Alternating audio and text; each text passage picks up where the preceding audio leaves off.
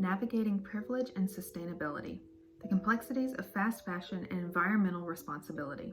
Is fast fashion worth its detrimental impact on the environment? I was drawn to this topic after seeing women getting bashed online for buying fast fashion, like brands from SHEIN, Amazon, and then them saying that they only bought from those because of how accessible the sizing and prices were. And knowing how bad the impact on the environment was, I was curious if these women were valid in saying that they had no choice.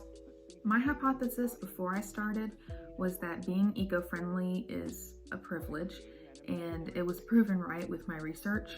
While fast fashion's effect on the environment is great, statistics showed that most are not able to explore other options such as thrifting, DIYing, or shopping locally.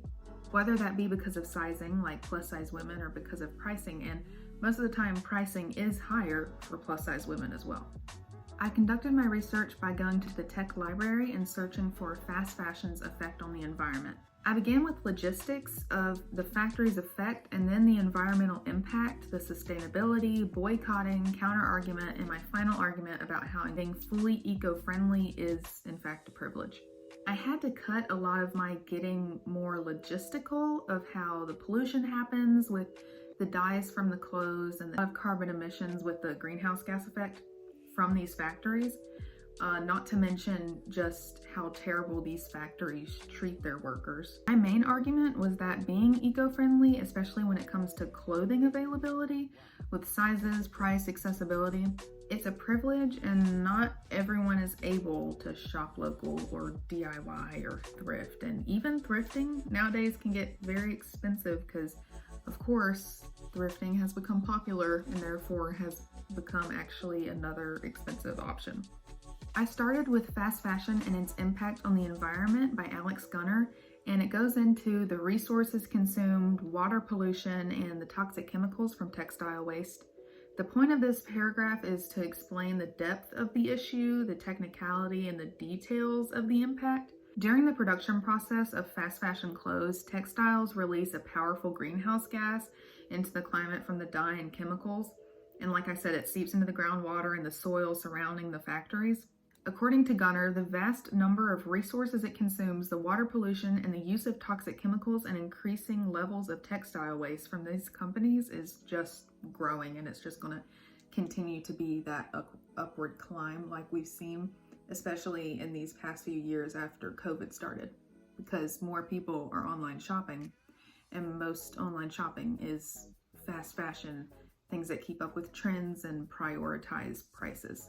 In Luxury, Slow and Fast Fashion, a case study on the unsustainable creation of shared values, the authors Pelikánov, Radka, and Sani, Margherita, I don't know how to say that name, highlight the profound impact of fast fashion and how highly prioritized money is over being eco-friendly, which even happens with companies who are like, oh, we're eco-friendly. They're still prioritizing prices over that a majority of the time. They need to be held accountable, and with how big these companies are getting, it's getting more and more difficult for them to evade prosecution. So with everything I've said about how terrible the impact on the environment and its workers are, mostly the environment, is boycotting, thrifting, or being eco-friendly accessible to the general public? Like, what can I do to help, you know? And is it fair of these women who say that they don't have any other options with sizing or price? Is it fair of them to say that, or should they just suck it up and, like, I don't know, go to Rolling Hills? According to the fast fashion industry, Formulating the Future of Environmental Change by Maratos, I think that's how you say that, most feel they have no viable alternatives. Asking customers to just stop is not realistic or reasonable, especially with how many people are being impacted by things like inflation, and especially with Gen Zs and millennials. And there was an article I actually didn't include in my paper that I kind of wish I would have, but I ran out of room. Millennials, especially with how, you know, inflation, house pricing, all of that, it's just everything's getting hard to pay for, including the clothes we wear. Counterly, many argue that fairness doesn't matter when it comes to the environment, and people have to do everything they can, even if they aren't, you know, rich or skinny. In Could You Stop Shopping for 3 Months, a new initiative could help limit fast fashion's impact on the environment from the Telegraph Online, they express their own personal sadness, the author does, towards this topic and passionately debate what the average consumer could be doing to help.